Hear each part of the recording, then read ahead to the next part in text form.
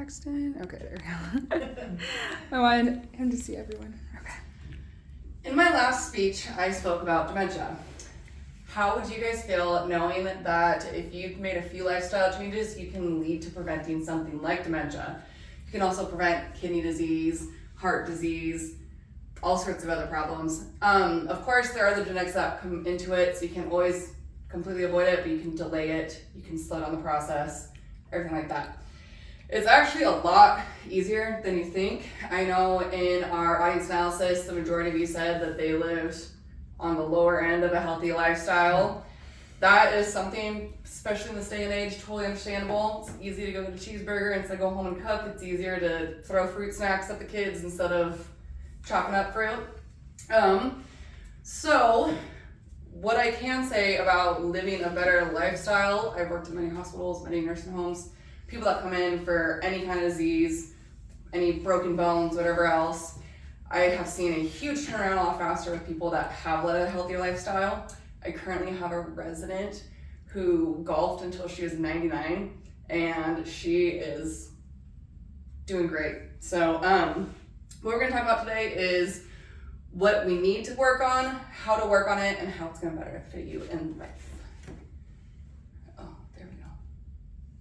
So according to Harvard University, 70% of diseases or of deaths annually are caused by avoidable diseases such as heart disease, kidney disease, liver disease, whatever else. So what a big problem with that is the food that we are intaking now as a society. Like I said, easier to go to McDonald's, easier to grab something to throw in the oven, easier to ignore all that instead of sitting down and making the meals and looking at what you're making. When you're eating healthier, you can have more energy, you can get to a better weight, you can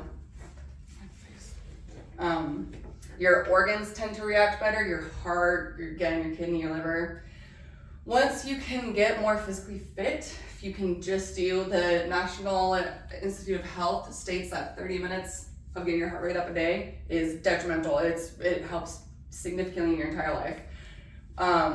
That gets you stronger, again, builds your organs, works your brain, all that stuff. And then all this can lead to better mental health. Again, with the dementia, if you are using your brain, according to headsup.com, it can lead to better mental health. If you're using your brain, if you're thinking about doing all these things, then it can help keep those neurons firing that we spoke about. It can also help with your nutrition, everything helps with the nutrition and the fats and everything that go to your brain that can help, again, prevent dementia in the future. So, what are a few simple steps that you can take every day that's going to help a lot? The first thing, and one thing that I know I'm really bad at, is bowls and plates. So I have these big, huge, pretty china plates, and I just load it up. And then it's there, so I eat it, because it's in front of me, and then I end up eating 3 times the amount of food that I need to eat because it's there in front of me. So that's one thing you can start with, is just getting smaller bowls and plates. Then that way when you do put the food on, you have smaller portions. It looks like there's a lot of food, but it's a lot smaller proportion because of it.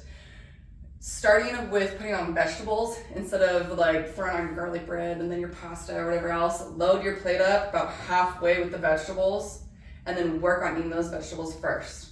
That way you'll get fuller off of fruits and vegetables and proteins before you get to your carbs. Of course, healthy vegetables, no potatoes. That's my weakness, is potatoes.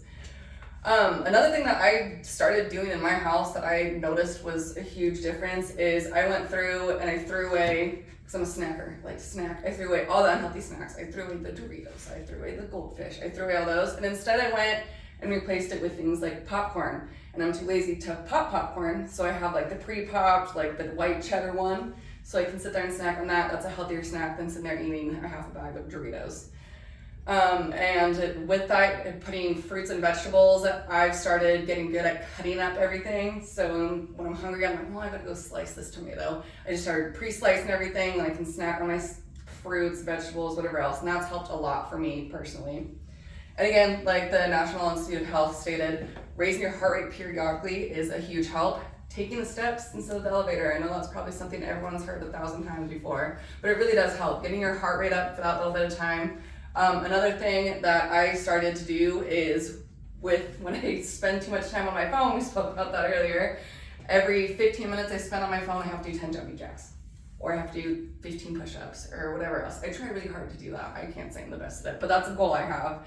And again, raising heart rate up for half an hour. It doesn't have to be all one half an hour, just having heart rate up for half an hour altogether. So what can happen if you try to change a few small aspects of your life to better your health? The National Institute of Health states that you can live up to a decade longer. I think it was 12 years for males and 14 years for females. It can reduce your, it helps with your mental illness, it helps with stress, anxiety, all of that, having that routine, having those good foods. It can also give you a better body image, which if you feel good about yourself, then you feel good about everything else, and then it can lead on to other things. It helps reduce kidney disease, again, heart disease, liver disease. It allows you to spend more time with your loved ones when you can be here longer for them, you can see them longer.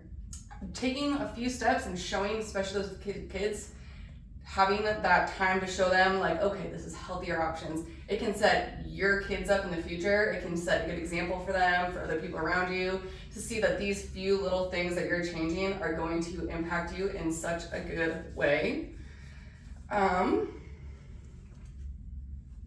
So in conclusion, we talked about why changes need to happen. We talked about what needs to change: food, exercise, mental health.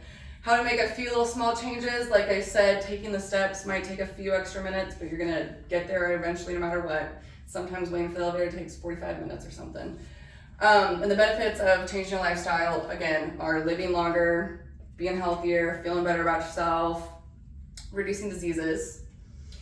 And if there's anything you take away from this today, just know that I can't force anyone to do it. You guys can't force yourselves to do it, but you can do it for yourself and for your family. Is there any questions? Okay, thank you.